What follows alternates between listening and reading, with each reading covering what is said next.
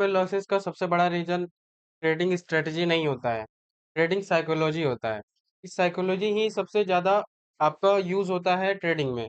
70 से 80% तक साइकोलॉजी इसमें ट्रेडिंग में यूज़ होता है और स्ट्रेटजी सिर्फ 20% ही होता है। तो ट्रेडिंग में आपको स्ट्रेटजी पे ज़्यादा फोकस नहीं करके साइकोलॉजी पे सबसे ज़्यादा फोकस करना चाहिए। और यही लोग भूल जाते हैं और नए नए बिगिनर्स लोग जो भी आते हैं वो स्ट्रेटजी के पीछे भागते रहते हैं, स्ट्रेटजी के पीछे भागते हैं। लेकिन उन्हें ये पता ही नहीं कि अगर आप अपना साइकोलॉजी जब तक आप सही नहीं कर लेते हैं, आप अपने साइकोलॉजी को स्टेबल नहीं कर लेते हैं, तब तक आप स्ट्रेटजी से कुछ नहीं कर पाइएगा। तो आज के वीडियो में हम जानने वाले हैं कि कौन सी ऐसी चीज़ है जिससे कि हम साइकोलॉजी को अपने सुधार सकें। तो साइकोलॉजी में सबसे मेन पॉइंट 2 आता है, जो है पहला ग्रीड एंड दूसरा है फ़ियर।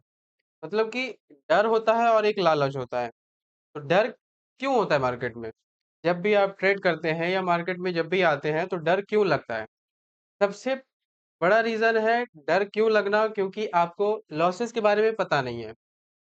लॉसेस के बारे में पता नहीं है मतलब कि लॉस के बारे में आप जानते ही नहीं है कि मैं ट्रेड में अगर एंटर कर रहा हूँ तो उसमें मेरा कितना लॉस होने वाला है। अगर आप ट्रेडिंग कर रहे हैं, तो ये आपको जानना होगा कि आपका अगर ट्रेड कर रहे हैं तो प्रॉफिट होने से पहले आपका लॉस होना कंफर्म है। प्रॉफिट हो या ना हो, लॉसेस होना कंफर्म है, इसलिए सबसे पहले आपको लॉसेस पे कंट्रोल करना पड़ेगा। और जब तक लॉसेस पे कंट्रोल नहीं करेंगे तो आपका फियर यूं ही बढ़ते रहेगा और डर यूं ही बढ़ते रहेगा और आप लोग साइकोलॉजी को कभी सही नहीं कर पाओगे। इसीलिए सबसे पहली बात कि आपको साइकोलॉजी में फ़ियर को सबसे पहले ख़त्म करने के लिए आपको स्टॉप लॉसेस लगाने होंगे, स्टॉप लॉसेस को एक्सेप्ट करना होगा, तभी जाके फ़ियर ख़त्म होगा और आप आसानी से आप जान रहे हो कि अगर मैंने ट्रेड लिया है, तो इतना लॉसेस हो सकता है। आपने आपका जो डिफ़ाइन किया हुआ है स्टॉप लॉस, वो ही आपका स्टॉप लॉस जाएगा। ये नहीं कि मार्केट आपसे ज़बरदस्ती लॉसेस ले सकता है। तो यही बात फ़ियर में है कि आपको स्टॉप लॉसेस को मेंटेन करना पड़ेगा। आप स्टॉप लॉस को अपने कैपेसिटी के हिसाब से बेयर कीजिए, आपको उसके अगेंस्ट में मार्केट प्रॉफिट खुद दे देगा। और फियर में दूसरी बात है कि फोमो। फोमो मतलब फियर ऑफ मिसिंग आउट, मतलब कि किसी को खो जाने का डर। तो किसी के खो जाने का डर मतलब कि प्रॉफिट के खो जाने का डर। जैसे कि आप देख रहे हैं कि मार्केट तेजी से निकल रहा है और आप सोच रहे हैं कि मेरे सामने से मार्केट निकल रहा है, बिना स्ट्रेटेजी देखे, बिना कंफर्मेशन लिए आप ट्रेड में एंटर कर जाते हैं। क्यों? क्योंकि आपका चार्ट दिख रहा है आपको कि चार्ट चलते जा रहा है, चलते जा रहा है और मैं इस ट्रेड में नहीं हूँ। अगर आप इस ट्रेड में नहीं है तो आपका हो सकता है स्ट्रैटेजी ही वहाँ पर एंटर करने के लिए मना कर रहा हो। स्ट्रैटेजी को आप फॉलो कीजिए। चार्ट को फॉलो करने से कुछ नहीं होगा। स्ट्रैटेजी आपका जो है आप उसको अपने चार्ट पर देखिए। चार्ट तो ऊपर-नीचे दिन-रात होते रहेगा, चौबीसों घंटे मार्केट ओपन है, तो आपका चार्ट ऊपर और नीचे होते रहेगा। लेकिन आपको ये देखना है कि आपका सेटअप कहाँ बन रहा है, आपका सेटअप और स्ट्रैटेजी कहाँ पर आपको एंट्री लेने के लिए सिग्नल दे रहा है। तो फोमो में कभी नहीं आना है और आपको अपने सेटअप को फॉलो करना है। सेटअप को फॉलो कीजिएगा तो आपका साइकोलॉजी खुद ब खुद मेंटेन हो जाएगा। और जब तक आप सेटअप को फॉलो नहीं कीजिएगा, आप जबरदस्ती जहां से तहां आप ट्रेड लेते रहिएगा, फोमो में ट्रेड लीजिएगा, तो आपका वहां पे स्टॉप लॉसेस भी आपका डिफाइन नहीं हो, क्योंकि आपका सेटअप वहां पे बना नहीं है। तो स्टॉप लॉस आप कहाँ लगाओगे, जिसके कारण आपको लॉसेस होता है और लॉसेस होने के बाद फियर आ जाता है। अब दूसरा सबसे मेन पॉइंट है साइकोलॉजी का, ग्रीड, मतलब कि लालच। और ग्रीड ऐसा चीज है जो कि आपको कितना भी आप ट्राई कर लीजिए, आप जब तक इस चीज को नहीं सुधार लोगे, आप मार्केट में सस्टेन नहीं कर पाओगे।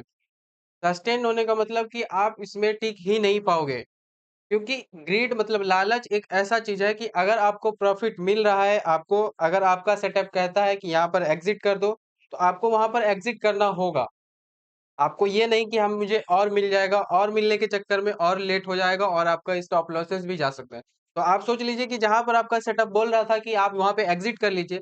अगर आप एग्ज़िट नहीं करते हैं और प्रॉफ़िट के चक्कर में, ग्रीड के चक्कर में, और वहाँ पर आपका स्टॉप लॉसेस जाएगा, या फिर आपके स्टॉप लॉसेस अगर नहीं लगाया है तो स्टॉप लॉसेस से भी ज़्यादा बड़ा लॉस हो सकता है।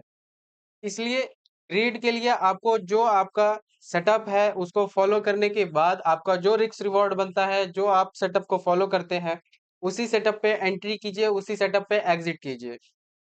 ये नहीं कि आपको ग्रीड के चक्कर में और चाहिए के चक्कर में लालच कभी नहीं करना है। और दूसरा पॉइंट है ग्रीड में, लेवरेज।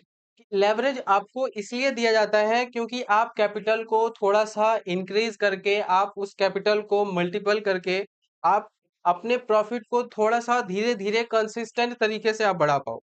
और आप लोग क्या करते हो कि लेवरेज एक ही बार में बहुत सारा लेवरेज लेने के बाद पूरा लॉट साइज अपना बढ़ा लेते हो, या फिर अकाउंट साइज ही इतना अपने ले लेते हो कि जो कि आपका कैपेसिटी ही नहीं है।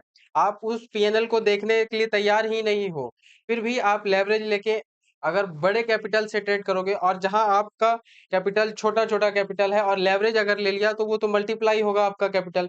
और अगर बड़े लॉट से आप ट्रेड करोगे, लेवरेज लेके ट्रेड करोगे, तो इस पे भी आपको ग्रीड के ही चक्कर में आपने लेवरेज लिया ना, तो इसलिए आपको लेवरेज भी कंट्रोल में लेना चाहिए। अब इन दोनों के सॉल्यूशन के बारे में बात करते हैं। फियर और ग्रीड को कंट्रोल करने का सॉल्यूशन क्या है? तो सबसे पहली बात है कि आपको अपना स्टॉप लॉस, टारगेट और एंट्री, ये तीनों चीज को आपको अपने लिस्ट में आपको लाना पड़ेगा। आपको देखना पड़ेगा कि आपका स्टॉप लॉस कहाँ बन रहा है, टारगेट कहाँ बन रहा है, और टीपी कहाँ बन रहा है। तो आपको तीनों चीज, एंट्री, एग्जिट और स्टॉप लॉस के बारे में पता होना चाहिए ट्रेड लेने से पहले। अगर आपका सेटअप बन रहा है तो आपको वहां पे पता होगा कि क्या स्टॉप लॉस होगा, क्या एंट्री होगा और क्या एग्जिट होगा। और दूसरी बात करते हैं कि दूसरा पॉइंट ये है कि आपको रिस्क मैनेजमेंट को फॉलो करना पड़ेगा। क्योंकि रिस्क मैनेजमेंट ही एक ऐसा चीज है कि आपके एक्यूरेसी कम होने के बाद भी आपको रिस्क मैनेजमेंट प्रॉफिटेबल ला सकता है। तो रिस्क आप मैनेज कीजिएगा कि आपको पता है कि इतना ही लॉसेस देना है, तो मार्केट खुद ब खुद आपको प्रॉफिट देने के लिए रेडी हो जाएगा। पहले आप डिसिप्लिन तो बनिए, पहले आप अपने साइकोलॉजी को कंट्रोल कीजिए। और तीसरा पॉइंट है जनरल को मेंटेन करना। जनरल मेंटेन कीजिएगा, आप अपने उसमें इमोशंस के बारे में लिखिएगा कि आप उस टाइम क्या गलती कर रहे थे, आप ट्रेड में थे तो क्या गलती कर रहे थे, ट्रेड से पहले आपने क्या गलती किया, या फिर ट्रेड के पहले आपने क्या फील कर रहे थे, क्या लिख लीजिए। पूरा पूरा लिखना पड़ेगा आपको जनरल में। और ट्रेड के एग्जिट होने के बाद आपका एंट्री, एग्जिट और क्या टीपी था, ये सारी चीजों को आपको उसमें लिखना होगा। और कैसा आपका उस टाइम का इमोशन था, इमोशन वगैरह कैसा आप फील कर रहे थे, ये सारी चीजों को आपको लिखना होगा। जनरल को एनालाइज कीजिए, आप जो जो गलती कर रहे हैं उस चीज को आप सुधारिए। और इसी सब चीजों को, पॉइंट्स को आप कंट्रोल में रखने के बाद, सीखने के बाद अपने आप को अपग्रेड कीजिए। अपग्रेड करने के बाद आप जरूर एक साइकोलॉजी आपका बिल्डअप होगा और आप अच्छे ट्रेडर बन पाइएगा। और आप अपना एक्सपीरियंस जरूर शेयर कीजिएगा कि आप ग्रीड में सबसे ज्यादा, मतलब कि लालच में आप लॉसेस किए हैं, या फिर फियर में आपने लॉसेस किया है, या किस तरह से आपने लॉसेस किया है। कमेंट करके जरूर बताइएगा। और ये वीडियो आपको साइकोलॉजिकल टिप्स के बारे में अच्छा लगा हो तो लाइक कीजिएगा, कमेंट कीजिएगा और अपने दोस्तों के साथ शेयर कीजिएगा। और इसी तरह का लर्निंग कंटेंट आपके पास जल्द से जल्द पहुंचे तो चैनल को सब्सक्राइब कर लीजिएगा और बेल आइकन को दबा दीजिएगा, ताकि नोटिफिकेशन आपको सबसे पहले पहुंच जाए। थैंक यू दोस्तों।